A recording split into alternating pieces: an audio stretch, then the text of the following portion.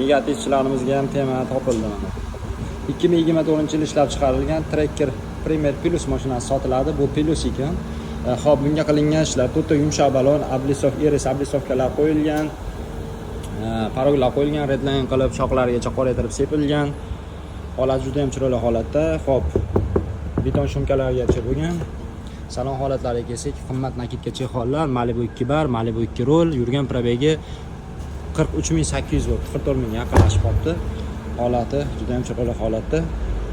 Kraskasiga kelsak, oldi kapotining uchida petnosi bor ekan, uni qilib chiroyli bamperlargacha qo'yib qo'yilgan.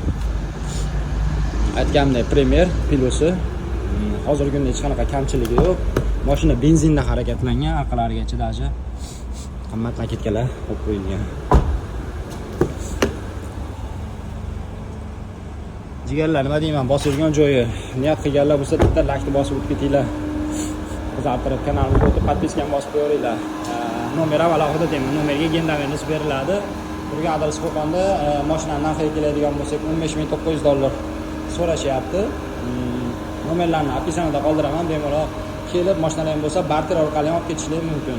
Endi nasiya savdo deydigan bo'lsa, nasiya savdoga salondan ham olsa bo'ladi. O'shaning uchun nasiya savdoni aytmadim. Naqd pulga $15900 bosinglar jigarlar.